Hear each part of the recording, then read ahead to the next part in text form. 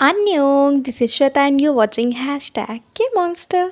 शुरू हो चुका है एपिसोड 2 और जैसा कि हमने लास्ट एपिसोड में देखा कि गोरिया थाइम के सामने अपने लिए स्टैंड लेते हुए उसे एक लात मार के उसे धूल चटा देती है। उसकी नज़र तभी कुछ स्टूडेंट्स पर पड़ती है जो गोरिया की वीडियो बना रहे हैं ये सब करते हुए, जब वो थाइम को मार रही होती है, जिसकी वजह से गोरिया को टीचर से डांट भी सुनने को मिलती है। उधर दूसरी तरफ F4 का MJ केविन और रेन को बताता है कि ये वीडियो पोस्ट की गई है। अब थाइम इससे कैसे डील करेगा, मुझे तो कुछ समझ नहीं आ रहा। इस पर केविन कहता है कि इस वीडियो को देखकर गोरिया ही दोषी लग रही है, क्योंकि इससे पहले थाइम ने जो भी उसके साथ किया वो सब इस वीडियो में नहीं दिख रहा है। लेकिन MJ का कहना है कि वो बहुत ज़्यादा इस बात से परेशान है, क्योंकि जहाँ कुछ स्टूडेंट्स गोरिया को सबक सिखाने की बात कर रहे हैं इस इंसिडेंट को लेकर, वहीं कुछ लोग उसकी हिम्मत की दाद दे रहे हैं। हम इस बात को हल्के में नहीं ले रहे हैं, पर यह बहुत बड़ी मुसीबत बन सकता है। केविन कहता है डोंट वरी, टाइम संभाल लेगा ये सब। तुम्हें क्या लगता है रेन? अपने ही ख्यालों में खोए रेन से केविन पूछता है। लेकिन रेन के दिमाग में तो अलग ही जद्दोजहद चल रही है। वो सोच रहा है कि फ्रेंच में हाउ आर यू कैसे बोलते हैं। वो उन दोनों से ये पूछता भी है और उसकी बात सुनकर केविन और MJ अपना सर पकड़ कर बैठ जाते हैं।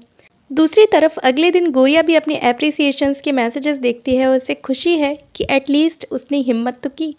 वो रेडी होकर स्कूल जाने के लिए बाहर निकलती ही है कि ब्लैक वैन से कुछ गुंडे निकलकर उसके घर के सामने ही उसे किडनैप कर लेते हैं और उसे वैन में थाइम भी बैठा दिखाई देता है।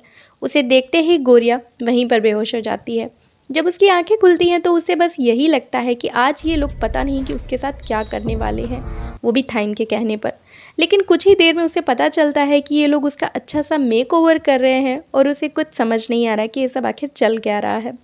तैयार करके उसे थाइम के रूम में पहुंचाया जाता है। वो थाइम पर चिल्लाते हुए कहती है, तुमने मुझे किडनैप क्यों करवाया है और मुझे इतना सजाने का रीज़न पूछ सकती हूँ मैं?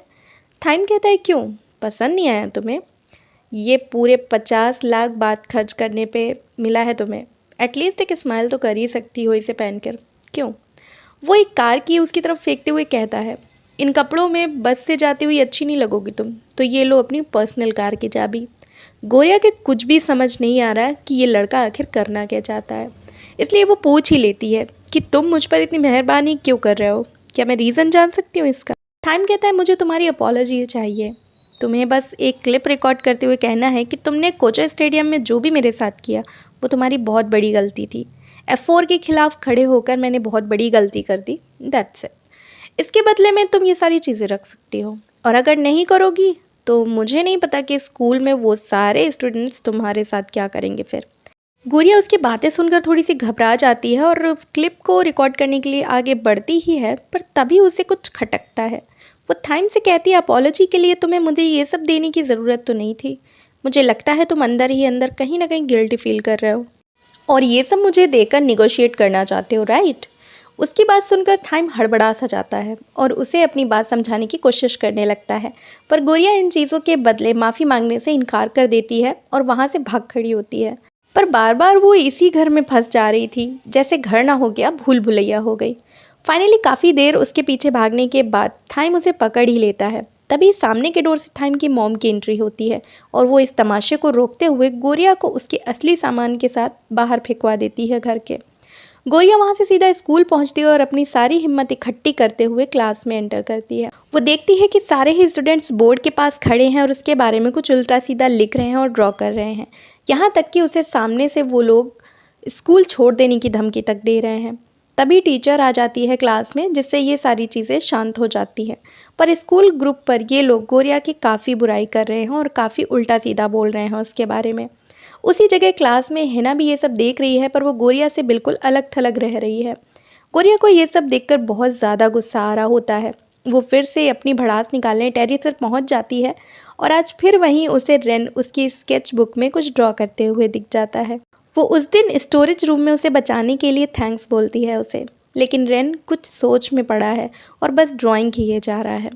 तभी रेन गोरिया से पूछता है कि फ्रांस से अगर 5 बजे सुबह के फ़्लाइट पकड़े कोई तो थाईलैंड में कब तक लैंड होगा?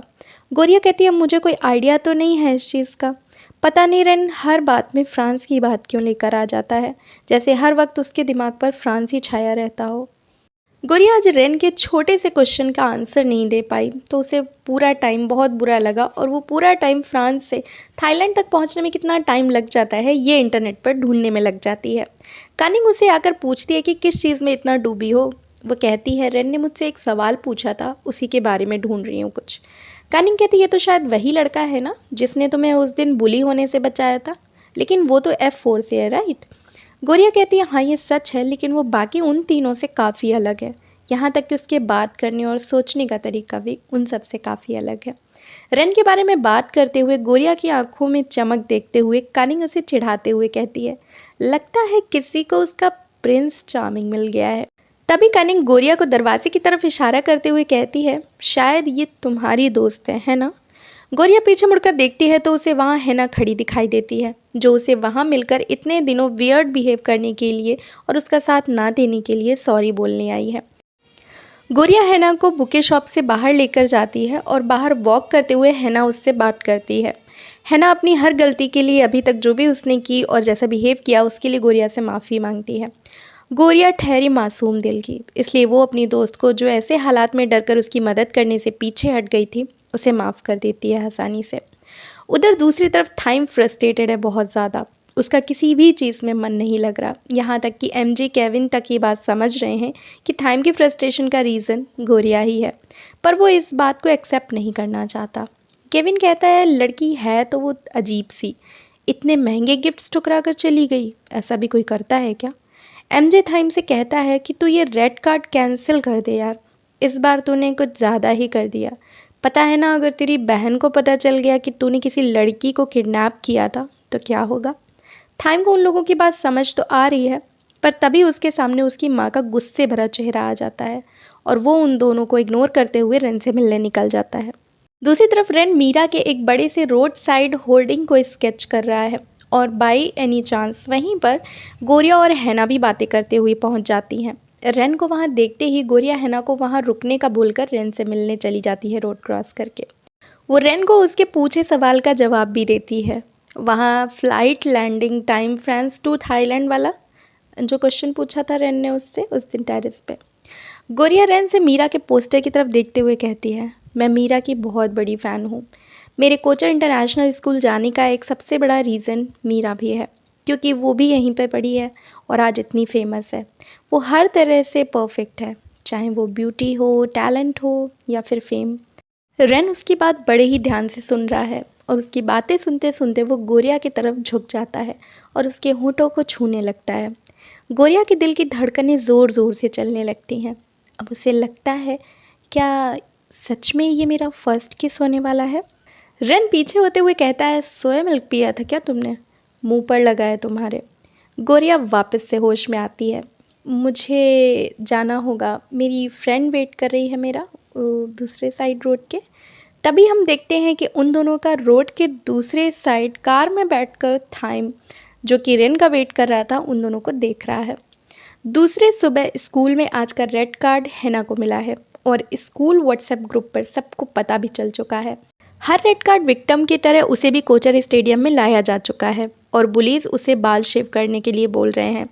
तभी वहाँ गोरिया आ जाती है फिर से उसे बचाने। एक बार गोरिया वहाँ है और थाइम अपनी खुन्नस ना निकाले ऐसा तो हो ही नहीं सकता।